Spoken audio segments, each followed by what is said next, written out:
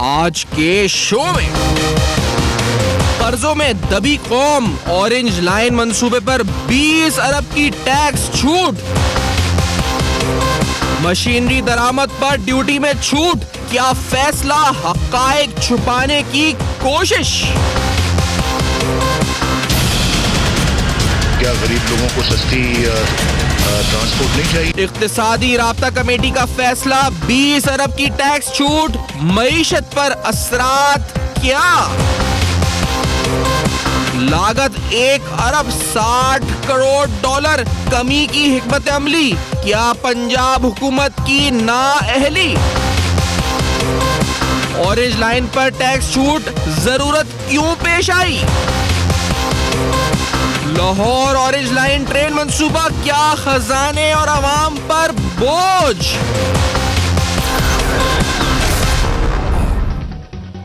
अस्सलाम वालेकुम। पसे पर्दा हकाइक सेंसरी खेज इंकिशाफात प्रोग्राम बेनकाब में हूं आपके साथ सैफान खान।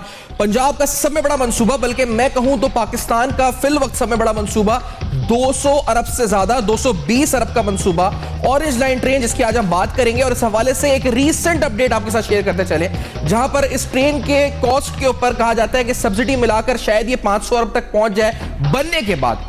लेकिन मौजूदा हालात के अंदर इकोनॉमिक कोऑर्डिनेशन कमेटी ने एक और इंसेंटिव या फिर एग्जेम्पशन इसके लिए मंजूर करी, जिस एग्जेम्पशन के अंदर कहा यह गया कि मशीनरी आलात की दरामद पर आयद टैक्स समेत 6% विद होल्डिंग टैक्स और इसके अलावा जो दीगर टैक्सेस हैं उससे इस्तशना जो है इस पर दिया जाएगा।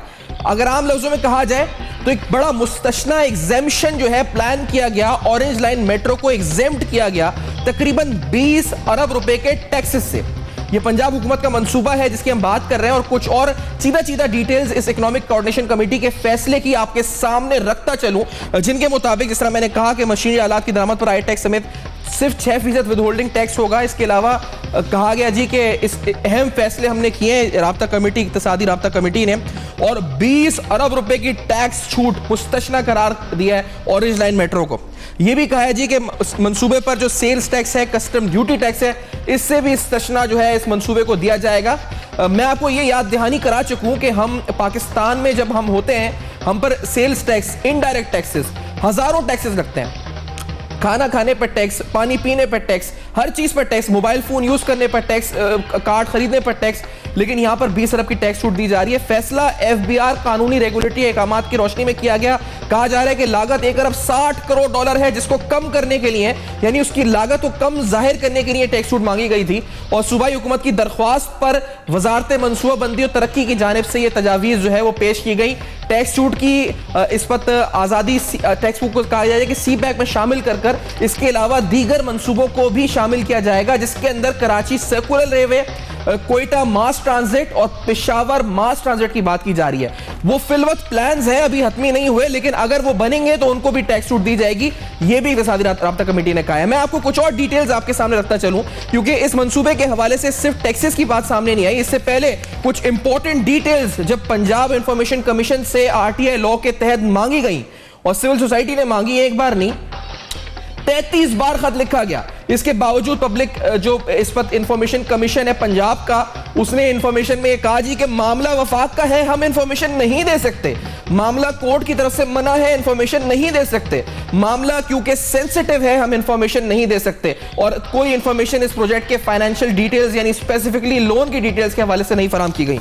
एक और खबर ऑरेंज लाइन मेट्रो के हवाले से आप सुन के जिसे हैरान होंगे, और शायद हैरान हो या ना हो, क्योंकि इस मंसूबे के लिए एलडीए ने बाकायदा ब्रिज फाइनेंसिंग के जरिए कुछ कर्जा कॉन्ट्रैक्टर्स के लिए हासिल किया, जिसकी डिटेल्स आपके सामने मैं रख रहा हूं, जिसमें कहा गया जी कि तकरीबन 39 करोड़ रुपए तो सिर्फ सूद बनता है इस इन कर्जों का, जिनमें से तकरीबन 14 करोड़ सूद जो है वो अदा हो गया है, और 21 करोड़ रुपए सूद की पेमेंट बैलेंस में दिखाई जा रही है। अब ये अपने मनपसंद ठेकेदारों को नवाजा गया है, क्या हुआ है, ये बड़ा इंपॉर्टेंट सवाल है। पंजाब ऑरेंज लाइन मेट्रो 20 अरब की टैक्स छूट, उसके अलावा कर्जों पर सूद की अदायगी में ताखीर, बैलेंस में पेमेंट नजर आ रही है। आखिर हो क्या रहा है, प्रोग्राम में बेनकाब करेंगे after this very short break. मेरे साथ रहेगा।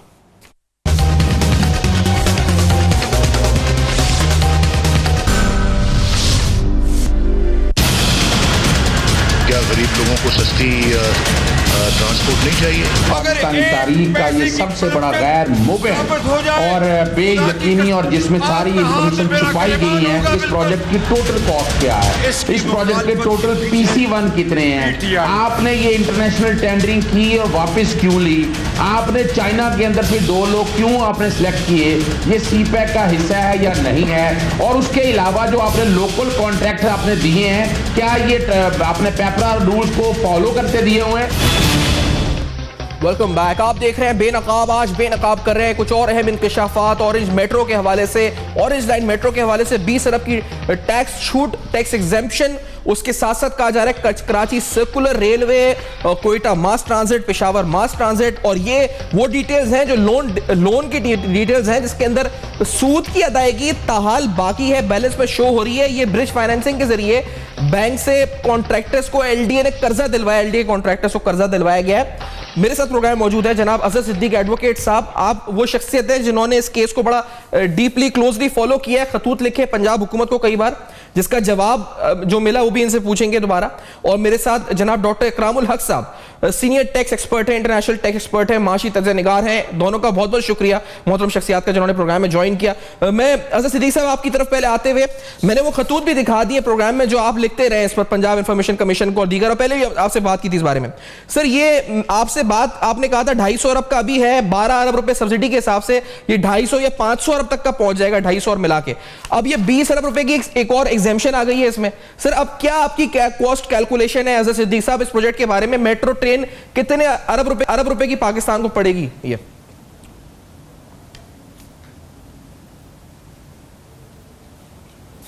अजहर सिद्दीक साहब तो मेरी आवाज पहुंच रही है सर? नहीं जी, अजहर सिद्दीक साहब तक और इकरामुल हक साहब तक, दोनों तक गालिबन मेरी आवाज जो इस पर है वो नहीं पहुंच रही है। कोशिश करेंगे राब्ता इनसे बहाल कर सके। मैं कुछ डिटेल्स आपको साथ साथ बता चलूं, क्योंकि जो खत का मैं जिक्र कर रहा हूं जो अजहर सिद्दीक साहब ने लिखा है, उस खत के अंदर एक बार नहीं, 2 बार नहीं, 33 बार हुकूमत को RTI लॉ के तहत पूछा गया कि आप ये तफसीलात बताएं कि इसकी फाइनेंशियल डिटेल्स क्या हैं, इसके कॉन्ट्रैक्चुअल डिटेल्स क्या हैं, फराहम नहीं की गई। पंजाब इंफॉर्मेशन कमीशन ने जवाब में यह कह दिया कि जी हम इस वक्त फराहम इसलिए नहीं कर सकते क्योंकि मामला वफाकी हुकूमत का है, कुछ एग्रीमेंट्स पे वफाकी हुकूमत ने खुद दस्तखत किए हैं, कुछ मामला सेंसिटिव हैं और कुछ मामला लाहौर हाईकोर्ट ने कहा हमें फराहम ना करें। अजहर सिद्दीक साहब मेरे साथ मौजूद है, डॉक्टर इकरामुल हक साहब मौजूद है। अजहर सिद्दीक साहब आप तक आवाज पहुंच रही है तो पहला सवाल यही है, आपने कहा था 250 अरब अभी कॉस्ट है, 12 अरब रुपए सब्सिडी लगा दें तो 500 अरब तक पहुंचती है। सर अब 20 अरब की टैक्स एग्जेम्पशन भी आ गई है इसमें, अब क्या कैलकुलेशन है अजहर सिद्दीक साहब? ऑरेंज मेट्रो कितने अरब रुपए की पड़ रही है पाकिस्तान को?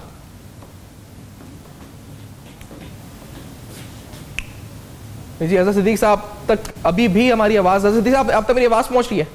डॉक्टर इकरामुल हक साहब तक मेरी आवाज पहुंच रही है?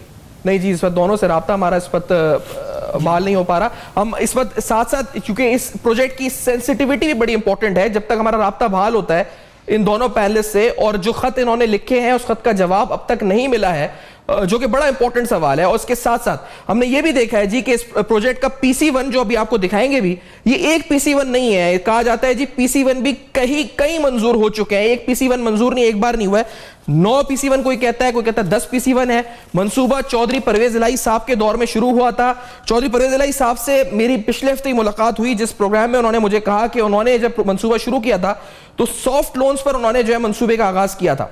अब मामला कमर्शियल लोन्स का है और क्या डिटेल्स है लोन की, इसकी तफसीलात पंजाब हुकूमत फराहम नहीं कर रही है। ये वो PC1 है जो मैं इस वक्त आपको हम दिखा रहे हैं, जिनके बाजार है कि ये भी 1-2 नहीं, ये भी 9 के करीब PC1 हो चुके हैं। अजहर सिद्दीक साहब आप तो मेरी आवाज पहुंच रही है सर?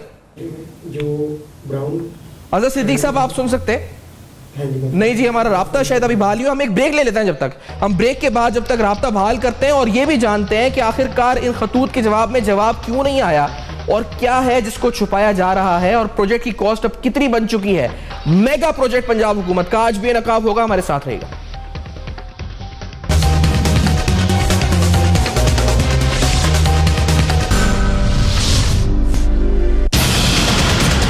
क्या गरीब लोगों को सस्ती ट्रांसपोर्ट नहीं चाहिए। पाकिस्तानी तारीख का ये सबसे बड़ा गैर मुमकिन और बेयकीनी और जिसमें सारी इंफॉर्मेशन छुपाई गई है, इस प्रोजेक्ट की टोटल कॉस्ट क्या है, इस प्रोजेक्ट के टोटल PC1 कितने हैं, आपने ये इंटरनेशनल टेंडरिंग की और वापस क्यों ली, आपने चाइना के अंदर से 2 लोग क्यों आपने सिलेक्ट किए, ये CPEC का हिस्सा है या नहीं है, और उसके अलावा जो आपने लोकल कॉन्ट्रैक्ट आपने दिए हैं, क्या ये आपने पेपरा रूल्स को फॉलो करते दिए हुए हैं। Welcome back. आप देख रहे हैं बेनकाब में अहम तरीन तफसीलात बेनकाब होने जा रही है। अजहर सिद्दीक एडवोकेट साहब, डॉक्टर इकरामुल हक साहब प्रोग्राम मेरे साथ मौजूद। अजहर सिद्दीक एडवोकेट साहब, आप तक आवाज पहुंच रही है तो मुझे यह बताएं कि अब 20 अरब रुपए का टैक्स एग्जेम्पशन भी दे दिया ऑरेंज मेट्रो को, कॉस्ट किधर पहुंचती है सर? ये 200-250, अब फिर कहते थे सब्सिडी मिला के 500 अरब, अब कहां जाती है इसकी कॉस्ट? अखराजात कहां तक पहुंच जाते हैं? देखिए, आपके पिछले प्रोग्राम में मैंने बड़ा वाज़े तौर पर कहा था कि ये 250 अरब तक तो प्रोजेक्ट जा चुका है। अब ये 20 अरब और ऐड कर लें तो ये 270 अरब का प्रोजेक्ट है। यहीं से अंदाजा लगा लें, ये PC1 के अंदर पहले दिन से कौम के सामने रखा नहीं है। आपने एक्नेक से जो अप्रूवल ली है उसके अंदर ये आपने रखा ही नहीं कि एग्जम्पशंस देनी है आपने। और जैसे मैं पहले बता चुका हूं कि अब तक ये जो अब PC1 नया बना होगा इसका, ये को 11वां PC1 होगा, और उसके बाद जब आप टोटल कॉस्ट डालेंगे 270। और मैं हैरान कुन बात हूं, आम आदमी को अगर ये 20 अरब रुपए का फायदा दे तो आपको अंदाजा हो जाएगा बिजली कितनी सस्ती मिल जाएगी, उसको गैस तकरीबन मुफ्त मिल जाएगी। और ये सारे मामलात eight the end of the day अगर आप जाके देखेंगे तो आम आदमी को जो आप नुकसान देने जा रहे हैं वो नुकसान अब 500 अरब, तो मैं इस तरह कह चुका था कि सब्सिडी भी जब डालेंगे तो 500 अरब, तो ये 520 अरब रुपए की कॉस्ट हो जाएगी। और ये मैं समझता हूं कि दुनिया का महंगा तरीन प्रोजेक्ट हो गया है। और इसमें जितनी करप्शन अब आपके सामने आ चुकी है, ये तो अब सामने नैब क्यों खामोश बैठी है यहाँ पर, और अदालतों के सामने 520 अरब रुपए का प्रोजेक्ट हो गया, इंफॉर्मेशन कोई डिटेल्स। साहब 520 अरब रुपए का आप ये कह रहे हैं दावा, 520 अरब रुपए का क्या कैलकुलेशन है इसकी? थोड़ी कैलकुलेशन भी हम को बताएं। 520 अरब बहुत बड़ा सर फिगर है ये जी अजहर साहब। मैं देखें आपको बताता चलूं, पहले तो ये 1.62 बिलियन डॉलर 162 अरब रुपए का आपने EPC कॉन्ट्रैक्ट और ट्रेन कॉस्ट थी। एक्विजिशन कॉस्ट अलहदा है, डिस्प्लेसमेंट कॉस्ट अलहदा है। कल आप जो सड़कें तोड़ी है, मुल्तान रोड और शालीमार GT रोड आपने ये नहीं बनानी है, ये तकरीबन ये अगर ये सारी कॉस्ट डाली जाए तो ये 250 अरब के करीब कॉस्ट बनती है। और 250 अरब मैंने आपको सामने इसलिए बताया था कि 12 अरब रुपए की साल की सब्सिडी चाहिए, और जो कर्जा आपने अदा करना है, कर्जे के ऊपर जो सूद आपने सारा देना है, तो ये तकरीबन 250 अरब रुपया ये बन जाएगा 15 साल में। और ये 250 अरब ये और 250 अरब 500 अरब, और ये 20 अरब रुपया नया आपने बोझ डाल दिया है। यानी आपके पास पहले ही टैक्स और GDP रेशो, डॉक्टर साहब जो कि इकोनॉमिक एक्सपर्ट हैं और टैक्सेस को ज्यादा बेहतर समझते हैं, वो आपके सामने रखेंगे तो ये 20 अरब रुपया ये भी ऐड हो गया है। तो मेरी नजर के मुताबिक 520 अरब रुपया अगर वैसे कॉस्ट अगर डाली जाए, पहले को 7 अरब रुपया फी किलोमीटर थी, अब ये 8 अरब रुपया फी किलोमीटर बन जाएगी। अगर 250 अरब वो भी डाल लिया जाए, 16 अरब रुपया फी किलोमीटर कॉस्ट इस प्रोजेक्ट की बन जाएगी at the end of the day. Doctor Ikramul Haq साहब, कर्जे की बात हो रही है, ये LDA के जरिए फाइनेंसिंग हुई है, ब्रिज फाइनेंसिंग बैंक के थ्रू, इस पर सूद की अदायगी 21 करोड़ रुपए कहा जाता है, ताहाल अदा नहीं हुए। टोटल 39 करोड़ अदा होने थे, 14 करोड़ अदा हो गए, 21 करोड़ रुपए इस वक्त पेंडिंग है, बैलेंस में शो हो रहे हैं। सर ये कर्जा फैसिलिटेट करने के लिए पंजाब गवर्नमेंट दे रही है कॉन्ट्रैक्टर्स को, हो क्या रहा है आखिर? फैसिलिटेट किया जा रहा है कर्जा देकर, कर्जा फिर सूद की अदायगी नहीं हो रही उस पर, और सूद की अदायगी भी अवाम के पैसों से ही इवेंचुअली हो रही है, हो क्या रहा आखिरकार इकराम साहब? जी, इसमें दो गैर आईनी बात अभी रिसेंटली हुई है, पहले उसका जिक्र कर लेते हैं, क्योंकि आईने पाकिस्तान के तहत टैक्स लगाने या टैक्स की छूट देने का इख्तियार सिर्फ पार्लियामेंट को है, आर्टिकल 77 में। और चूँकि सूबों को इसमें से हिस्सा मिलता है टैक्सेस में से, तो आर्टिकल 162 कहता है कि जो भी आप रद्दोबदल करेंगे टैक्स की शरह में या आप एग्जम्पशन देंगे, तो वो ऐसा बिल भी पार्लियामेंट में आप पेश नहीं कर सकते जब तक आप उसकी प्रायर अप्रूवल प्रेसिडेंट से ना लें। तो ये तो जो उन्होंने दिया है अभी एक कैबिनेट में बैठकर और एक एग्जेक्टिव ऑर्डर के ज़रिए ये फैसला कर लिया गया है, ये बिल्कुल ही गलत बात हुई है और ये गैर आइनी है। जहाँ तक सूद का मामला है, आप देख रहे हैं कि ये जो फाइनेंसिंग थी उसके लिए भी जब तक ये मामला जो है वो कैबिनेट में ना लिया जाता और इसके लिए फेडरल गवर्नमेंट की जो अप्रूवल रिक्वायर्ड है वो उसके आज पूरा एक प्रोसेस है। ये प्रोविंशियल गवर्नमेंट बाहर रास्त इस तरह का लोन भी नहीं ले सकती थी और इसके लिए शफाफियत भी सामने नहीं आई कि ये किस शरह पे लिया गया, इसके लिए क्या बिडिंग की जानी थी। अगर ये कॉस्ट इतनी ज़्यादा आनी थी तो इसके लिए हमें मुकाबलतन दूसरों से हमने कोई इससे बहुत सस्ता तो हमारे अपने बैंक भी शायद दे देते और कई जो थे हम इसके और भी ज़राए पैदा कर सकते थे, इससे बहुत कम लागत में हम ये मंसूबा बना सकते थे। और एजाज चौधरी साहब की तरफ भी, एजाज चौधरी साहब 20 बिलियन रुपीस की टैक्स एक्सेम्पशन अप्रूव की इकोनॉमिक कोऑर्डिनेशन कमेटी ने ऑरेंज लाइन मेट्रो के लिए। हमारे साथ अजहर सिद्दीक एडवोकेट साहब हैं, डॉक्टर इकरामुल हक साहब हैं। वो कहते हैं पहले 200 अरब थी कॉस्ट, फिर 220, फिर 250 अरब हुई, सब्सिडी शामिल करें तो बात 500 अरब तक जाती है और अब 20 अरब रुपए और शामिल कर लें। सर ये एजाज चौधरी साहब, ऑरेंज मेट्रो शायद दुनिया की सब में महंगी तरीन मेट्रो बन गई है। इसके साथ ही आपको कैसा लगता है, आप पीटीआई पंजाब में, आप सेंट्रल पीटीआई में है लेकिन पंजाब में आप रहते हैं, आपको कहता है फख्र महसूस हो रहा है 520 अरब रुपए की मेट्रो बन रही है, पंजाब हुकूमत बना रही है, क्या इससे फायदा होगा नुकसान होगा?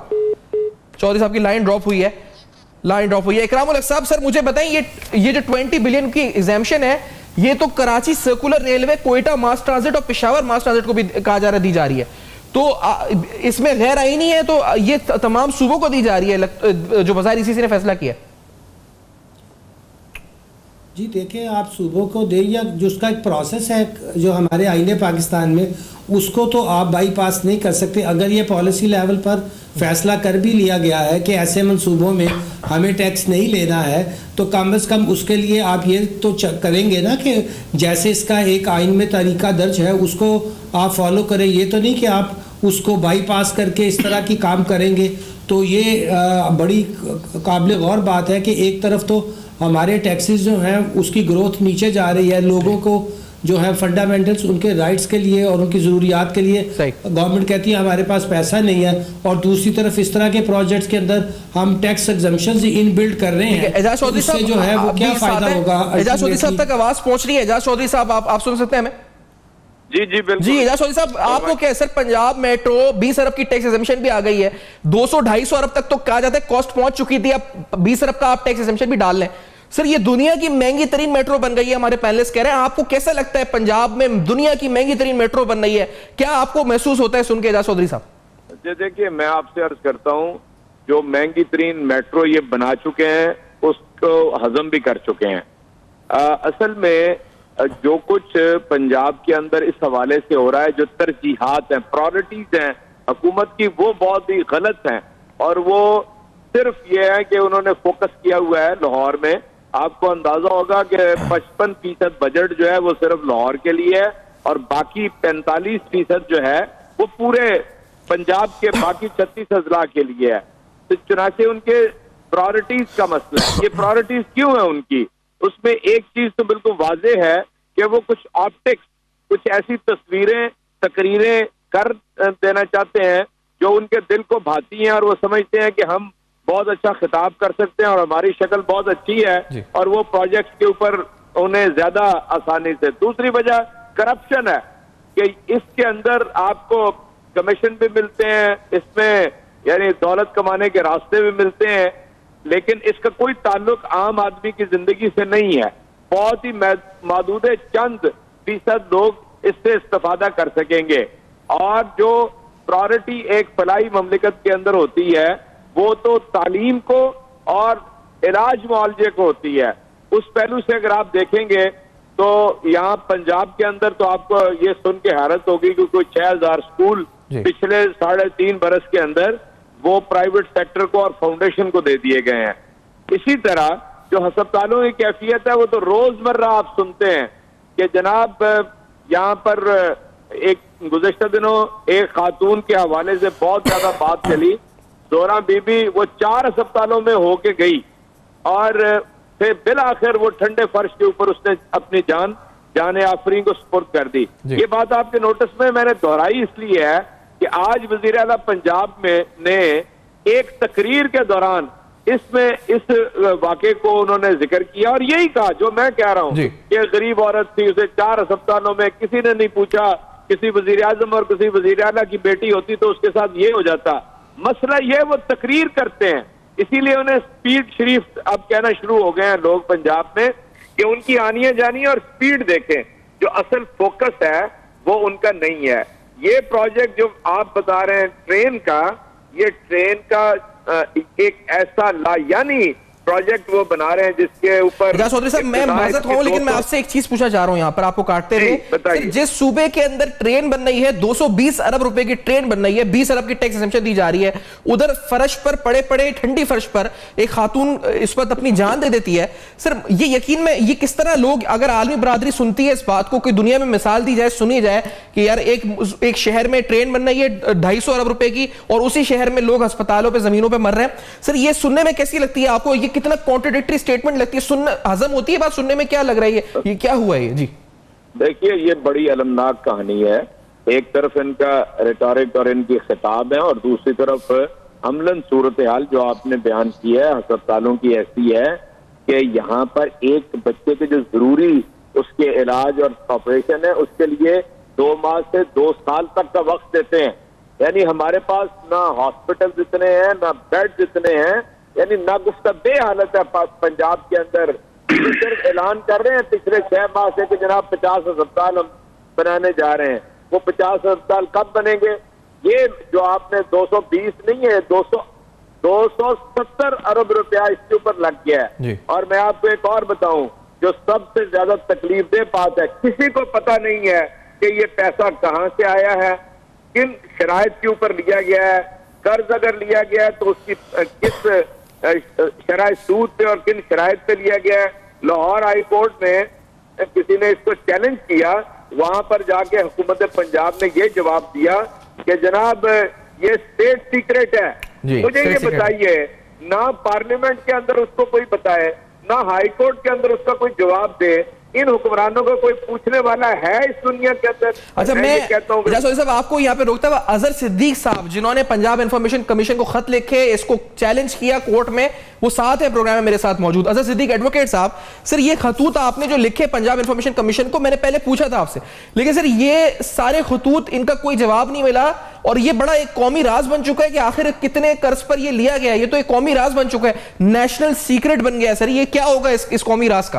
अजहर सिद्दीक साहब देखिए हम बातें तो बड़ी करते हैं कि आर्टिकल 6 का मुकदमा करना है, जो फंडामेंटल राइट्स यहां तोड़े जा रहे हैं, एक्सप्लॉयटेशन हो रही है आर्टिकल 3 के अंदर। आप हैरान होंगे, एक तरफ बात की जा रही है 20 अरब रुपए की एग्जम्पशन की, दूसरी तरफ अगर आप देखें तो डीजल के ऊपर तकरीबन 52% तक सेल टैक्स लिया है और तकरीबन 35 के करीब मुख्तलिफ टैक्सेस ले रहे हैं। और एक आम गरीब आदमी अगर 17% भी सेल टैक्स दे रहा है तो उसका कंट्रीब्यूशन 20 से 25% इकोनॉमी के अंदर मौजूद है। दूसरी तरफ आप जो ये काम कर रहे हैं, ये इसी तरह खुफिया रखे जा रहे हैं ना। देखिए PC1 एक से जायद बनाना ये जुर्म है और ये सुप्रीम कोर्ट बड़ा वाज़ेह तौर पर कह चुकी है, हमारी आला अदालतें कह चुकी हैं। और हम जब इंफॉर्मेशन लेने गया और जो बहाना बनाया गया हाईकोर्ट ने तो सिर्फ इंटर गवर्नमेंटल फ्रेमवर्क एग्रीमेंट की बात की थी। मैं तो इनसे पूछ रहा था कि एग्जैक्ट कॉस्ट क्या है इस प्रोजेक्ट की। आपने अगर कर्ज लिया है, अगर आपको एशियन डेवलपमेंट बैंक कर्ज दे रहा था 0.5% पे, आपने एग्जिम बैंक से 4 से 5% के ऊपर या काइबोर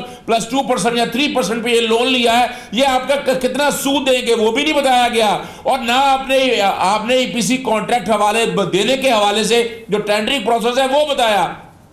ये वो सारी इंफॉर्मेशन थी जो मैंने लिखी। और ये आर्टिकल 19A की बात है, आप इसको छोड़ दें, आर्टिकल 25A है, 5 से 16 साल तक के बच्चों को तालीम मुफ्त देनी है। आपने यहाँ स्कूल खत्म कर दिए, सेंट्रल मॉडल स्कूल यहाँ खत्म हो गया, तालीम कितनी आम आदमी से बाहर हो गई है। और सेहत की सहूलियत आप देख लें, आप यहाँ से आप क्या होगा, सड़कें ही खाएंगे, सड़कों पर स्कूल बनेंगे, सड़कों पर ही अस्पताल बनेंगे और सड़कों पर ही अदालतें लगेंगी। सड़कों के अलावा और कोई काम क्या रह गया आपके पास? खुदा, और मुझे बड़ा दुख और अफसोस है तहरीक इंसाफ के हवाले से, आप अभी तक सिर्फ बातें ही कर रहे हैं। आप लोगों ने अभी तक आकर, आप अगर पावर प्रोजेक्ट्स को देखें जो CPEC के हवाले से लगाए गए हैं, उनमें कोई टेंडरिंग नहीं है। और ये दूसरे सूबों को सिर्फ बेवकूफ बनाया गया है कि हम आपको थोड़ा सा हिस्सा दे देंगे, आप भी खामोश हो जाएं। ये वो इतना बड़ा ये नुकसान है इस कौम के इकोनॉमी के साथ कि आपने एग्जम्पशंस के हवाले से आपने ईसीसी में आप ले गए, लेकिन आप पार्लियामेंट के अंदर नहीं ले गए।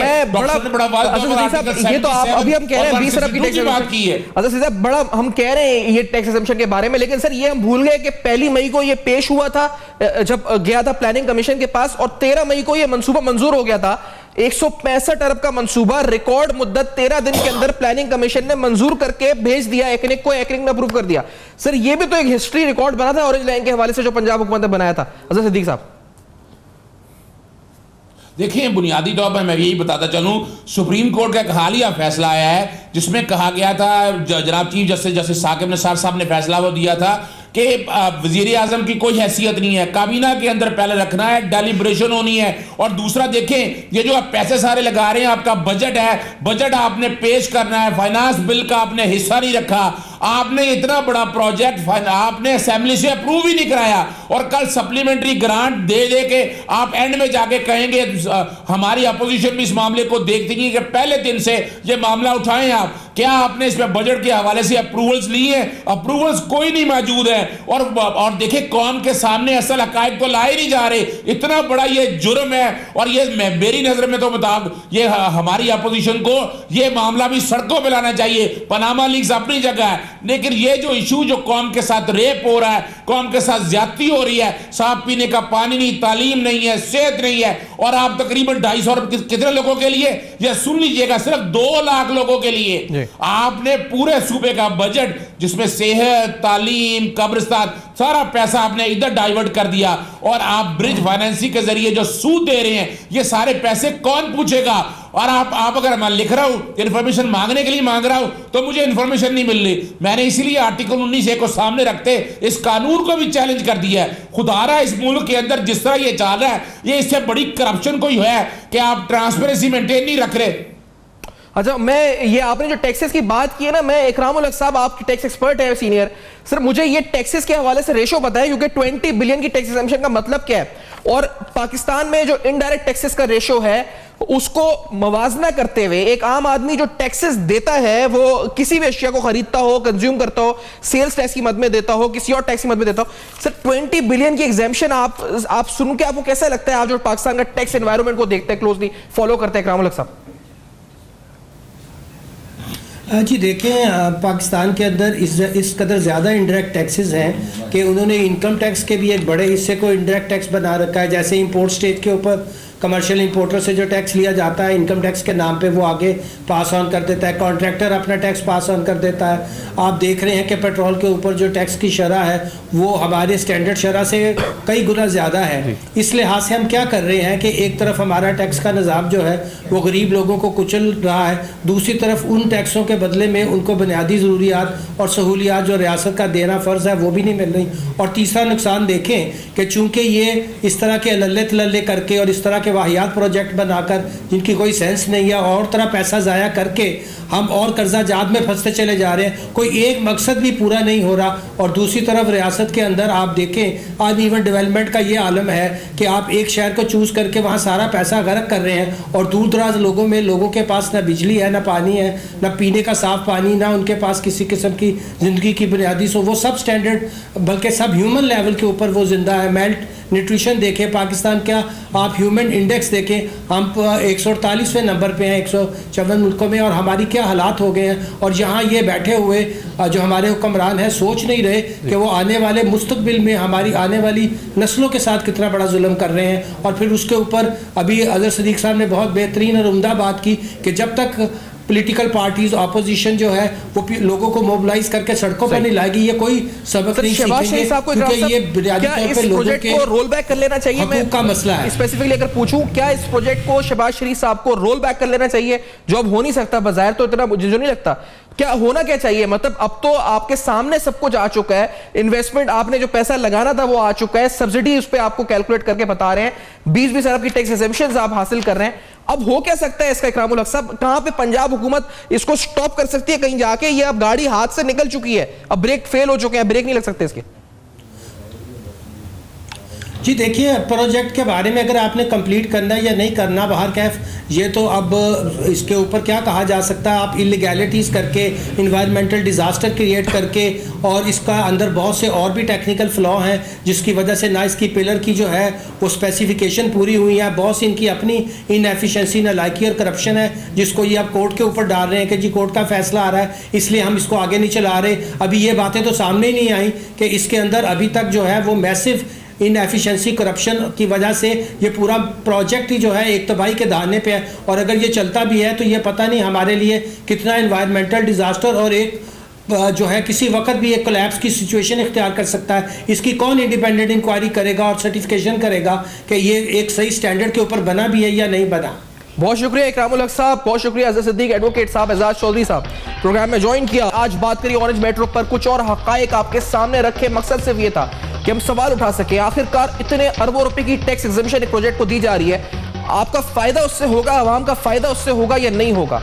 आखिरकार जो पैसा खर्च होगा वो पैसा किधर जाएगा? उस पैसे से आम आदमी को फायदा होगा या नुकसान होगा? ये प्रोजेक्ट बोझ बन चुका है कि आम आदमी पर। हमने बेनकाब किया। फीडबैक जरूर लिखिएगा, देखते रहिएगा अब तक।